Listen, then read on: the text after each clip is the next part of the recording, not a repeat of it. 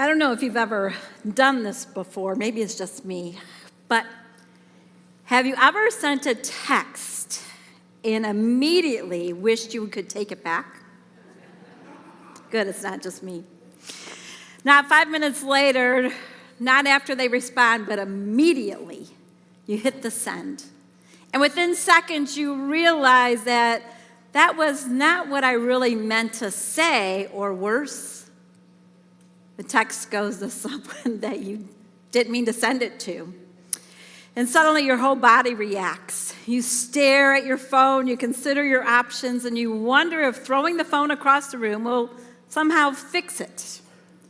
And then you remember, there's no undo button, right? It's out there.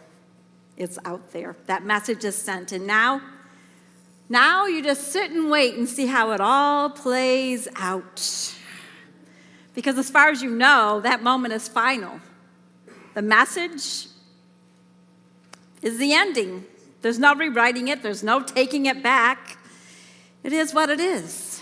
And most of the time, life doesn't give us an undo button either, right? There's moments we can't reverse, words we can't unsay, situations that we can't go back and change. And when we reach those moments, we do all that we can do. We draw conclusions. We decide what's final. We tell ourselves, this is how it ends.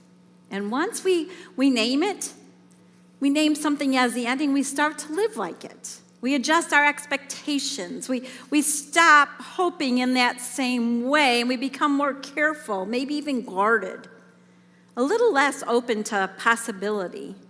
They say that not because we've stopped believing in God, but because we've been shaped by what we've experienced.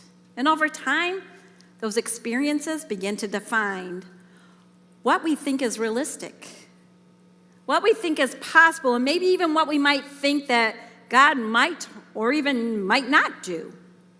And we don't always say it out loud, but it shows up in the way we pray and the way we hold back. Perhaps even in the way we prepare ourselves for disappointment instead of surprise. And slowly, without even realizing it, we begin to live within the limits of what we believe the ending already is. And that's where this Easter story meets us.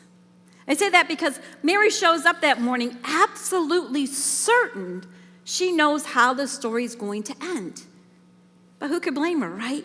Everything she has experienced has pointed in the one direction: loss, grief. There's nothing in her experience that suggests anything different. So when she arrives,